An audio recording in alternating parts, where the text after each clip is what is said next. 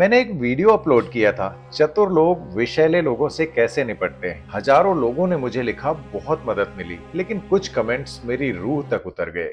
अगर वही जहरीला इंसान मेरा पति हो, अगर वो मेरा बचपन का दोस्त हो, जिससे मैं सब कुछ शेयर करती हूँ या करता हूँ, क्या तब भी उससे दूरी बनाना इतना आसान होगा? और तभी मैंने महसूस किया, जहर सबसे खतरनाक तब होता है जब वो किसी अपने के हाथों दिया जाए, प्यार के नाम पर, रिश्तों की दुहाई देकर, वफादारी की कसम खाकर। दोस्तों, मैं हूं राम प्रताप, एक एनएलपी ट्रेनर और एक लाइफ कोच और आपका दोस्त, और आप देख रहे हैं आपका अपना चैनल माइंडफुल राम। इस चैनल पर हम बात करते हैं उन रिश्तों की जिनकी तकलीफ को अक्सर लोग सहते तो हैं, लेकिन समझ नहीं पाते। पहली बार देख रहे हैं या पहली बार मुझसे मिल रहे हैं तो चैनल को सब्सक्राइब करके नोटिफिकेशन जरूर ऑन कर लेना। मैं यहाँ हूँ आपको वो रास्ता दिखाने के लिए जो आपको तोड़ता नहीं, बल्कि आपके भीतर की ताकत को फिर से जगाता है। अब सोचिए, अगर वही इंसान जहर घोल रहा हो जिसे आपने सबसे अपना समझा था, अगर वही रिश्ता हर दिन आपको थोड़ा थोड़ा तोड़ रहा हो, तो फिर करें क्या?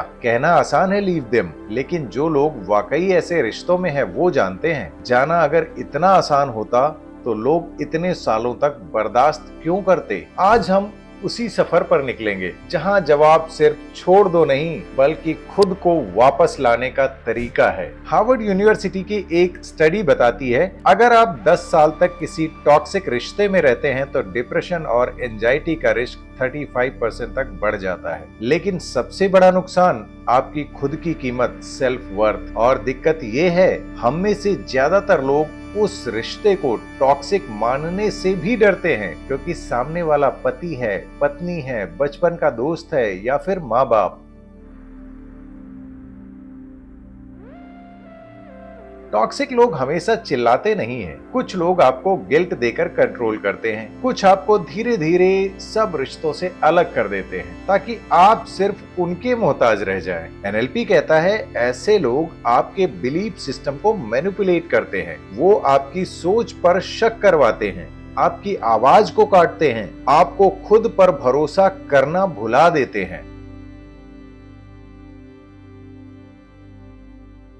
जब कोई रिश्ता हमारे लिए सहारा बनता है तो उसे छोड़ना सिर्फ दूर जाना नहीं होता, बल्कि अपने दिल को काटने जैसा दर्द होता है। खासकर जब ये रिश्ता पति, दोस्त या परिवार का हो तो ये और भी जटिल हो जाता है। भारतीय परिवार में रिश्तों के साथ एक भावनात्मक कर्ज जुड़ा होता है। इसका मतलब ये है कि हमने जो भी इस रिश्ते से प्यार, साथ और सुरक्षा पाई है, उससे हमें लगता है कि अब उसे तकलीफ देना गलत होगा। हम डरते हैं, अगर हमने दूर जाना शुरू किया तो सामने वाला टूट जाएगा या परिवार टूट जाएगा। मान लीजिए आपकी शादी को कई साल हो गए हैं, पति कभी आपका सहारा था, पर अब वो बार बार आपके फैसलों की आलोचना करता है, आपकी बात नहीं सुनता। फिर भी आप सोचती हैं, मैं उसे छोड़ नहीं सकती क्योंकि वो मेरे बच्चों का पिता है और शादी तो पवित्र रिश्ता है ना। इसलिए आप खुद की खुशी की कीमत चुकाते हैं, खुद को दबा देते हैं। या फिर कोई बचपन का दोस्त है जो आपके लिए सबसे बड़ा सहारा था, पर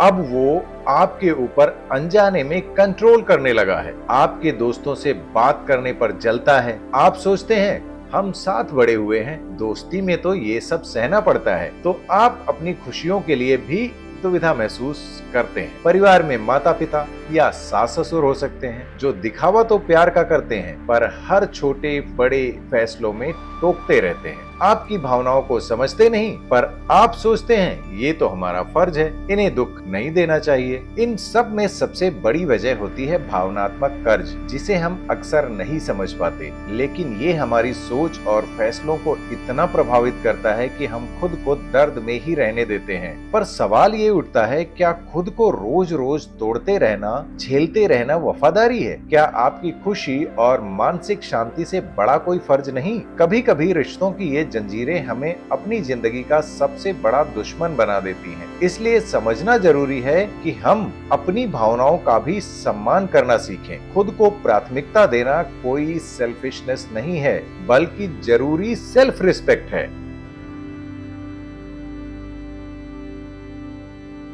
पहला कदम, सच को पहचानना, यानी कि रियलिटी नेमिंग। हर सुबह खुद से ये सवाल जरूर पूछिए, क्या मैं इस इंसान के साथ आराम और सुरक्षित महसूस करता हूं या करती हूं? क्या वो मुझे छोटा, कमजोर या डरपोक महसूस करवाता है या करवाती है? अगर जवाब हाँ है, तो अब जरूरी है कि आप उसे अनदेखा ना करें। एक कागज और पेन लेकर बैठिए और उन बातों को लिखिए जो आपको अंदर से तोड़ती हैं, चोट पहुंचाती हैं या आपकी आत्मा को घुटन महसूस कराती हैं। ये एनएलपी की एक तकनीक है जिसे पैटर्न इंटरप्ट कहते हैं। इसका मतलब है आप अपनी सोच के पुराने दर्दनाक पैटर्न को तोड़ना शुरू कर रहे हैं। जब आप अपनी पीड़ा को शब्दों में उतारते हैं तो वो आपके दिमाग के लिए एक तरह का संकेत होता है कि अब इसे बदलना है। दूसरा कदम, भावनात्मक सीमा बनाना, यानी कि इमोशनल बाउंड्रीज। जब भी कोई आपको दोषी महसूस कराए या आपकी भावनाओं को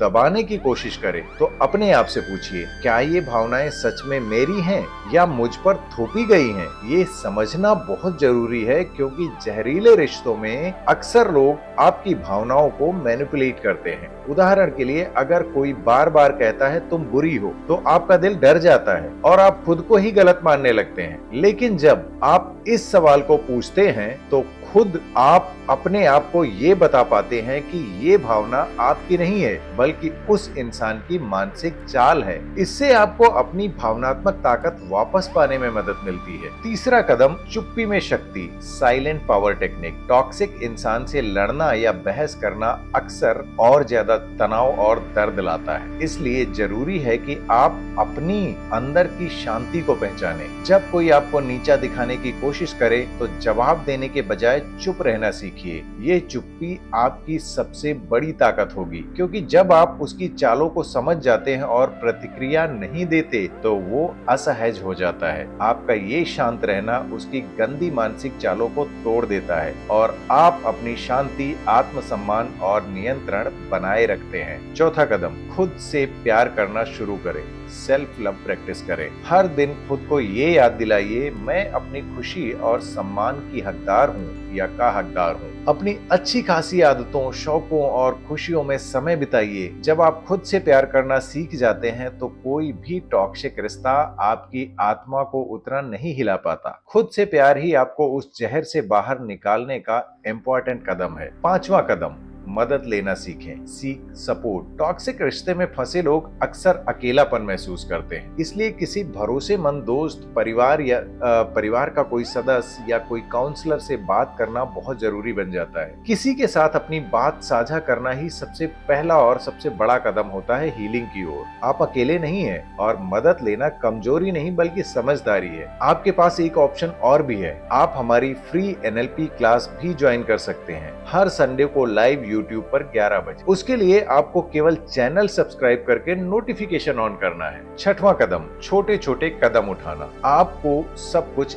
एक साथ बदलना नहीं है, हर दिन एक छोटा कदम उठाइए। जैसे कि अपनी खुशी के लिए कोई नई आदत डालना, जैसे आज मैं खुद से प्यार करने के लिए ये करूंगा या ये करूंगी। ये कदम धीरे धीरे आपका माइंडसेट बदलेंगे और आपको पूरी तरह से हील होने में मदद करेंगे। याद रखिए, आपका प्यार और सम्मान सबसे जरूरी है। किसी के लिए खुद को खोना या दर्द सहना आपकी जिम्मेदारी नहीं है। अगर अभी छोड़ना संभव नहीं, तो कम से कम इन कदमों से आप खुद को मजबूत कर सकते हैं, अंदर से हील कर सकते हैं, और जब वक्त आएगा तो आसानी से आगे बढ़ पाएंगे। इतिहास हमें क्या सिखाता है? चाणक्य ने कहा था, जब ताकत ना हो तब बुद्धि को हथियार बनाओ। हम आपको ताकत नहीं, बुद्धि देना चाहते हैं, ताकि आप उस रिश्ते को भी निभा पाएं और खुद को भी खोए नहीं। अब एक सवाल आपसे, क्या आप फिर से वैसा महसूस करना चाहते हैं जैसे आप कभी थे, मजबूत, शांत और खुद से जुड़े हुए? तो इस चैनल को अभी सब्सक्राइब कर लीजिए,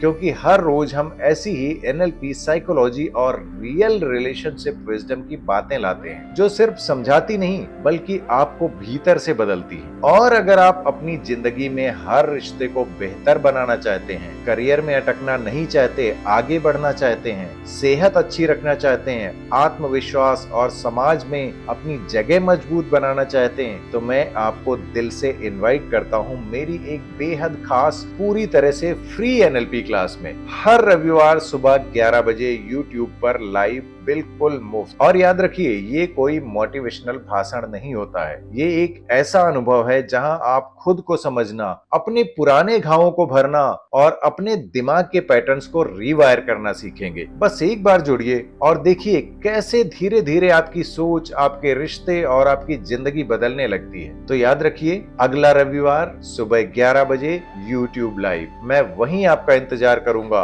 आइए जिंदगी को खुलकर जीना शुरू करें। और अगर आज की बातों ने आपके दिल को कहीं भी जरा सा भी छुआ हो तो नीचे कमेंट में बस इतना लिख दीजिए, मैं जाग गया हूं या मैं जाग गई, ताकि मुझे भी पता चले कि आप इस हीलिंग में मेरे साथ हैं। और याद रखिए, कोई रिश्ता इतना कीमती नहीं होता कि आप अपनी आत्मा को गिरवी रख दें। अगली वीडियो में हम बात करेंगे कैसे एक दर्दनाक रिश्ते से बाहर निकलने के बाद खुद को प्यार करें। मैं राम प्रताप आज आपसे विदा लेता हूं। कल फिर मिलूंगा नई वीडियो के साथ।